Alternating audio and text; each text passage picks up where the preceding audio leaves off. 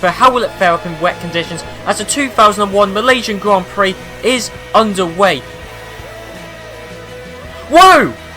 There's been an accident behind Keller and Jos Verstappen.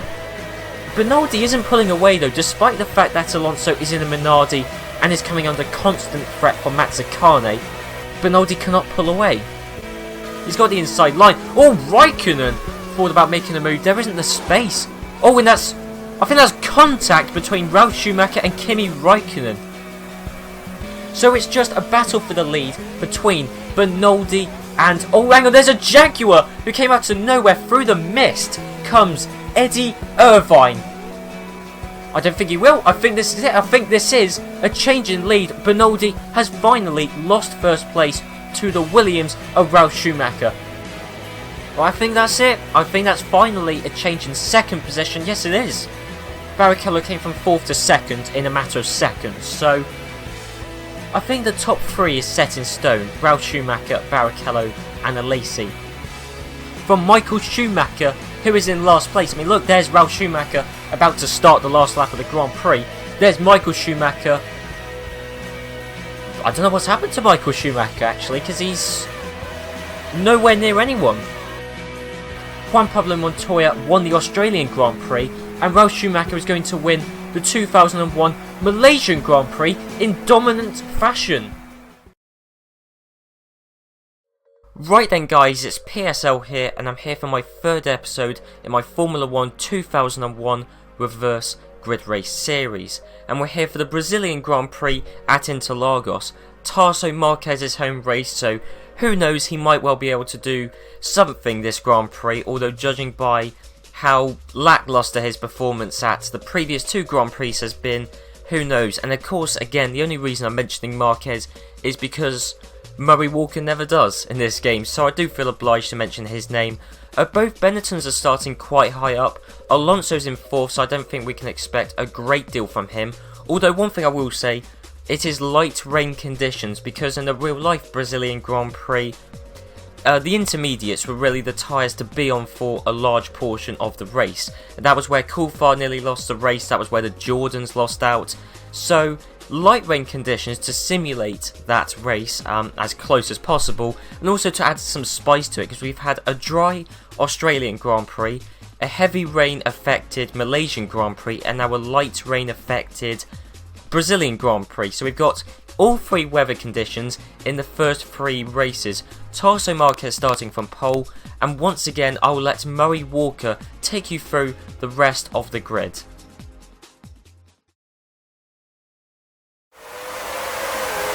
We're in Brazil. Interlagos is the venue, and the weather couldn't be worse.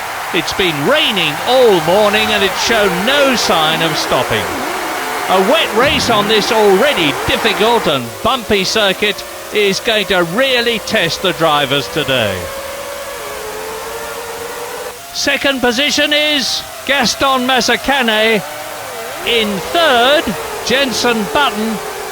In 4th, we have Alonso. And in 5th, we have Giancarlo Fisichella. 6th spot on the grid is taken up by Jos Verstappen.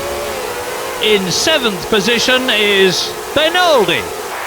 Jean Alesi, 8th. Luciano Berti in 9th spot. Eddie Irvine, 10th position. 11th for Jacques Villeneuve. 12th spot goes to Panis. Kimi Raikkonen is in 13th. 14th place for Nick Heidfeld. Heinz Harald Frentzen in 15th spot. 16th for Jarno Trulli. Rubens Barrichello takes up 17th place. 18th position for David Coulthard. Juan Pablo Montoya, 19th. 20th is Mika Häkkinen. Ralf Schumacher in 21st place. And last but not least on the grid is Michael Schumacher.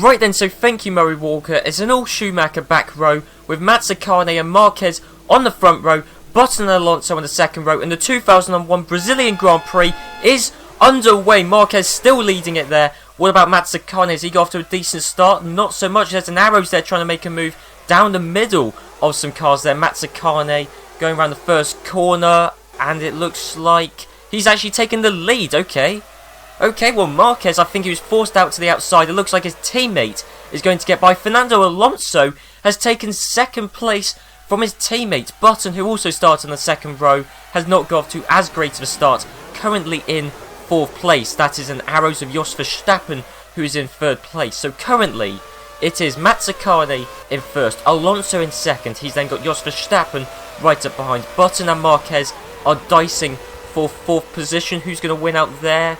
It looks like for the time being it could be Marquez. Button has to be careful not to run off the track.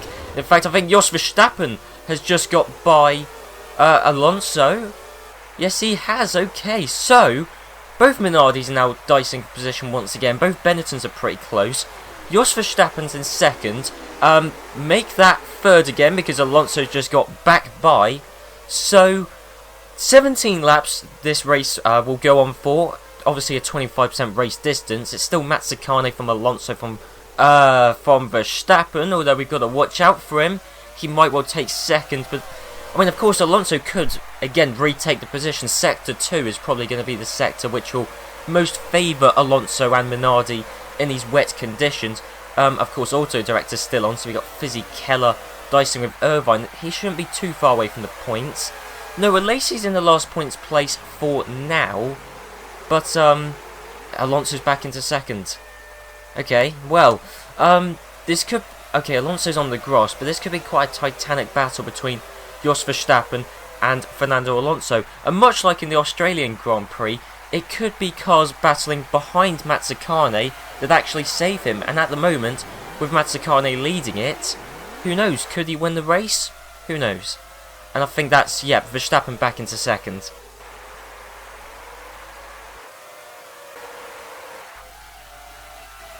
But hang on, this could be a Benetton of Jenson Button getting past Fernando Alonso. I mean, this is going to be treacherous. Going down into the first corner, downhill, wet conditions. Oh, and Alonso's gone into the back of Button. Okay.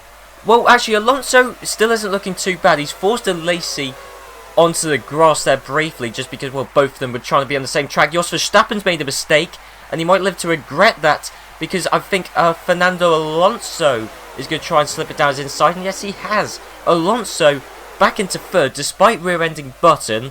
Speaking of which, Button's in second. Mazzacane just, you know, going about his business in first. Again, just having the most boring race. But, we've got 15 more laps to hold this up, but if he can, then my word, Mazzacane. I mean, one day he is going to get a decent result, just because he's come so close to getting, you know, points on many occasions already, and I mean, this is only the third race of the season. Marquez is now out of the points thanks to Eddie Irvine. Then it's a Lacey in fifth. We've got to watch out for this. Is Marquez going to make a move? No, that's the corner where Alonso's been making lots of moves, but I think Marquez was just too far back. So it's Irvine from a Lacey who's going to try and go around the outside of Jos Verstappen. That isn't going to work quite yet. And then it's Alonso who's trying to re-overtake Jenson Button. I didn't think this was possible, to be honest. Oh, we've got to hope there isn't another collision between the two future teammates, Button and Alonso, going down towards the first corner. Again, this is treacherous. What about Mazzacane? He's quite far ahead, so I don't think Button can physically make the move on Mazzacane. What about Alonso and Button? And another collision between those two has sent... Button's on the grass, I think. Button's long gone. Button is... Actually, where is he? No, Button's in third. Okay, I thought he rejoined way down the field. He's actually still in third. He's going to try and re-overtake Alonso, which hasn't worked. This is a ding-dong battle.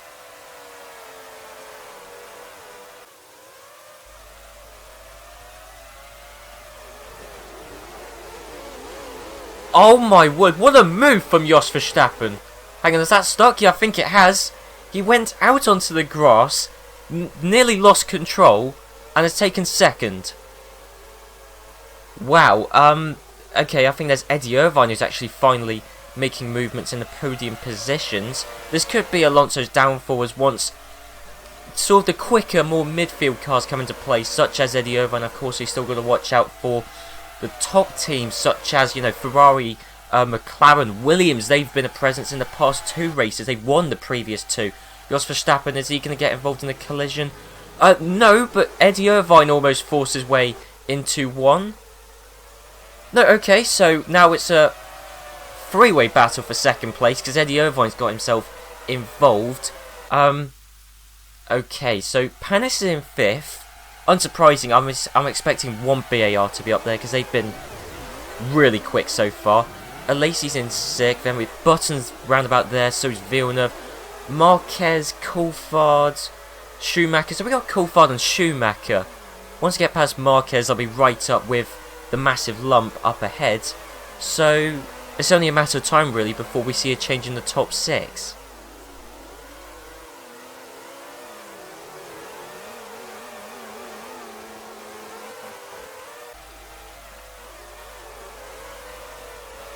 All Fernando Alonso and Jean Alesi side by side. And Alonso, he's been doing so well for such a long time, and he is still doing very well, because even though he's got lots of quicker guys around him in the top, just in the entire field, because everyone is really close at this point, my word. Frentzen in 10th, Coulthard 9th.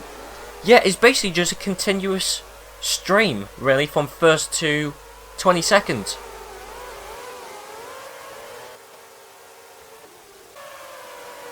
Right, so here we are, we're about to start lap 10 of the Grand Prix. Mazzacani's still leading. Alonso's still in 2nd with Jos Verstappen lurking there.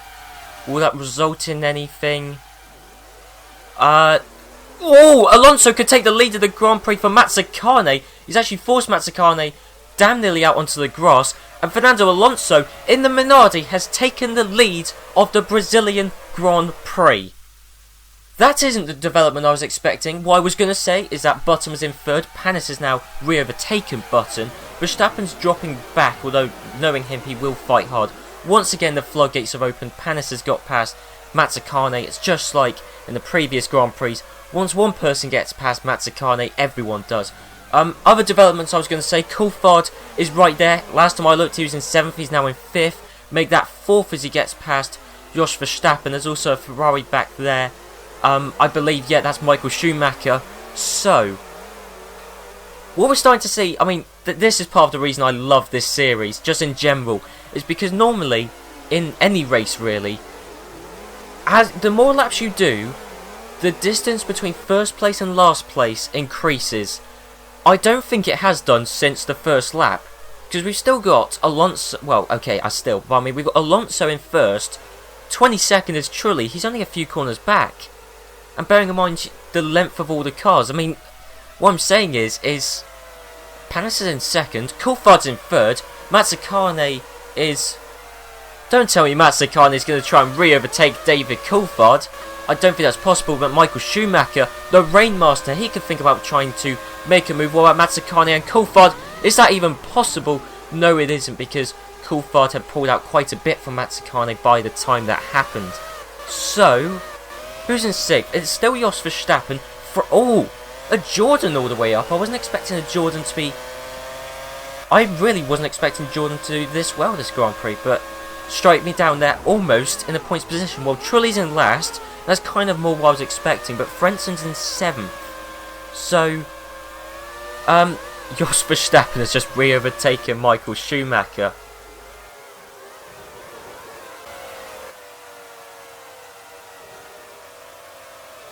Jos Verstappen finally has got past Mazzacane. If he did that about 11 laps earlier, he would easily be leading the Grand Prix. Michael Schumacher's got by. Don't tell me he's going to make a move back on Jos Verstappen once again. Surely he can't do it from that far back. He's going to think about it. He's going to attempt it, and he is going to complete it. Well, Jos Verstappen's still there, but of course we know straight line speed. Michael Schumacher's got it in that Ferrari. Frentzen is in the points. He might look to double his points in a second. It is getting really heated now with the big teams in the points. Where's Coulthard? He is in third. Okay. So at the moment, a recap, because even I've lost track of the positions. It's Alonso somehow in first, and really going quickly. Panis in second. Coulthard in third. Then it's Schumacher in fourth. Frenz in fifth. And Button / Verstappen in sixth.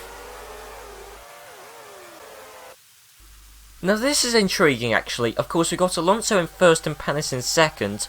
Alonso's quicker. He's had the fastest previous lap. Alonso is quicker than Panis.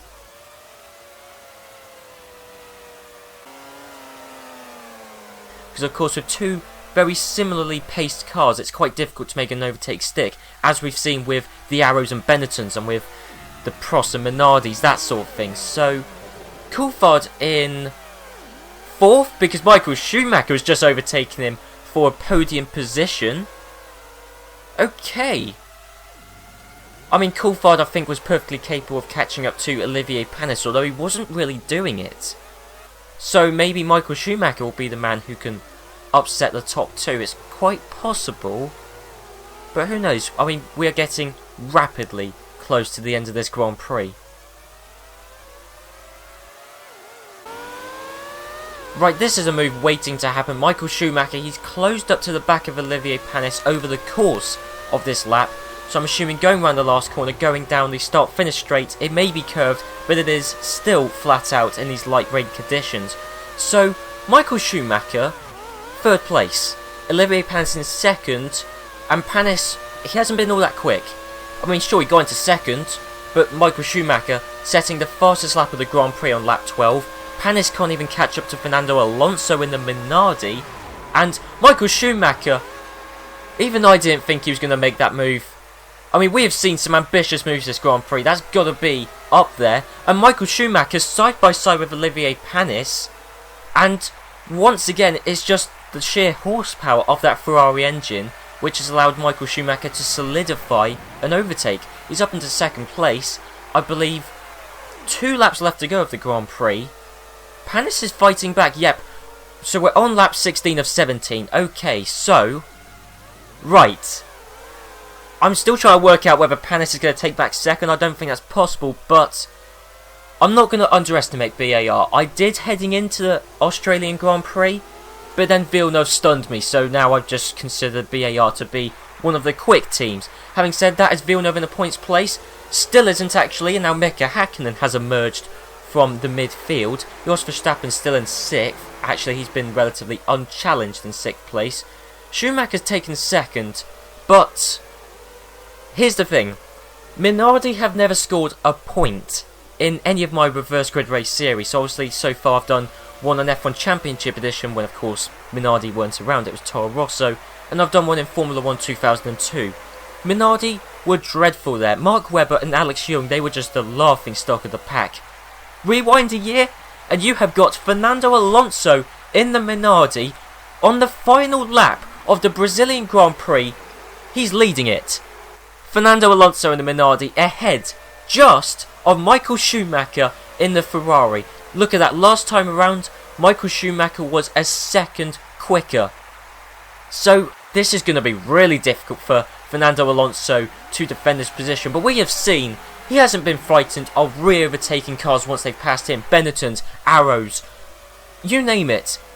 Fernando Alonso, it may be his rookie season, he may be in a Minardi, but he is fighting hard.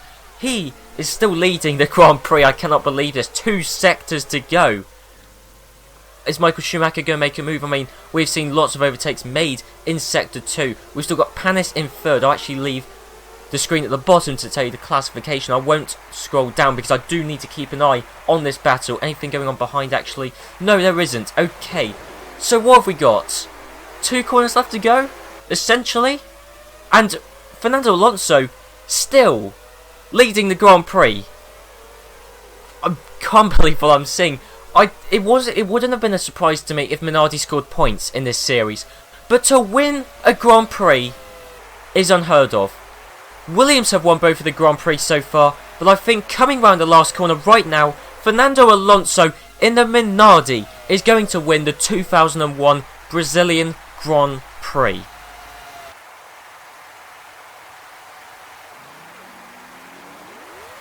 Wow.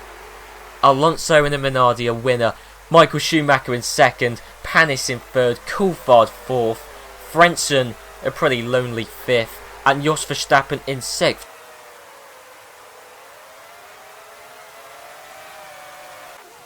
I know I've said this for the previous 2 Grand Prix, but what a race that was. I mean, Fernando Alonso in the Minardi winning. Who saw that coming? Not me. I was expecting Minardi to score points this series, maybe on the odd occasion get a podium, but to win at Brazil, and Brazil's a track which historically has favoured the top teams, to win says a lot about Fernando Alonso, doesn't it? And Tasso Marquez finished down in 19th, so who's the best Minardi driver there? And what's interesting is that all 6 people who finished in the points positions all drove for different teams. Minardi, Ferrari, McLaren, Jordan, Arrows and BAR all saw representation in the points. So I said this was going to be a balanced series. Well, it's certainly balanced, and I quite honestly cannot wait for the future Grand Prix in this series, because this season, 3 races in, has been phenomenal. So on to the Drivers' Championship, and we've got 3 people all joint on 10 points. Juan Pablo Montoya, Ralf Schumacher and Fernando Alonso. The 3 race winners have all scored only points from their race win and are all joint leading the Drivers' Championship. I don't know what order they're in exactly, I'll work that out when I make the table, but still, 3 drivers on 10 points. It's certainly a tight championship, especially with Villeneuve on 9 points, Michael Schumacher on 8. Then we got loads of drivers on 6, 4, 3, 2, even 1 point. I mean, 16 drivers have already scored points. We've only done 3 races, and 16 drivers have scored points. So at the moment, it's really difficult to call who's going to be the main championship contender. I mean, Alonso proved himself this race, but Marquez has been quicker than Alonso on previous occasions. Michael Schumacher's certainly one you can't rule out, having scored in 2 of the 3 Grand Prix. Williams have got race wins. BAR are staggeringly quick, and just in general, every team so far, apart from Sauber, has scored points, which does take me on to the Constructors' Championship. Unbelievable. It's a far cry from the previous series I did on Formula 1 2002, where I think come the end, 4 teams didn't score points, which included BAR, Jordan and Minardi. In fact, I think they were the only 3 teams who didn't score points. But anyway guys, if you've enjoyed this episode, be sure to leave a like, comment down below, and I'll see you guys next time for the next Grand Prix at Imola in San Marino. So I'll see you then.